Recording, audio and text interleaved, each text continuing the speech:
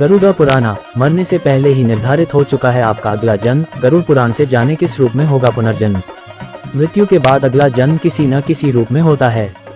आपका अगला जन्म किस रूप में होना है यह पहले ही निर्धारित हो चुका है और इसका निर्धारण आपने स्वयं अपने कर्मों के आधार पर किया है।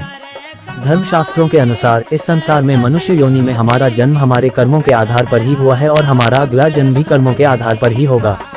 गरुड़ पुराण के अनुसार व्यक्ति के अच्छे या बुरे कर्मों के आधार पर उसका अगला जन्म होता है। मृत्यु को लेकर गीता में भगवान श्री कृष्ण कहते हैं कि जन्म और मृत्यु जीवन का ऐसा चक्र है जिससे हर किसी को गुजरना पड़ता है।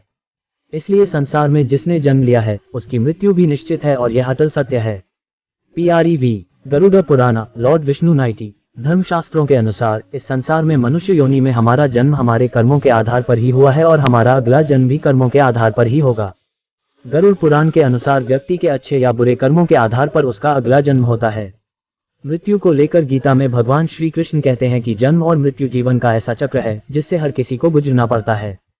इसलिए संसार में जिसने जन्म लिया है उसकी मृत्यु भी निश्चित है और यह अटल सत्य है।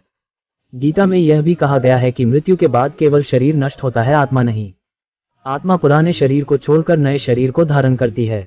गरुड़ पुराण में कुल 84 लाख योनियों के बारे में बताया गया है। इसमें मनुष्य योनि को सबसे श्रेष्ठ योनि माना गया है। गरुड़ पुराण में कर्मों के आधार पर जन्म लेने वाले योनि के बारे में बताया गया है।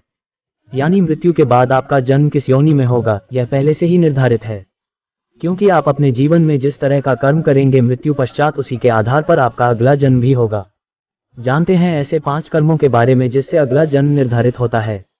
धर्म का अपमान करने वाले। जो व्यक्ति धर्म, वेद, पुराण जैसे धार्मिक ग्रंथों का अपमान करता है, ईश्वर के प्रति श्रद्धाभाव नहीं रखता और पूजा पाठ नहीं करता है, वह आस्तिक कहलाता है।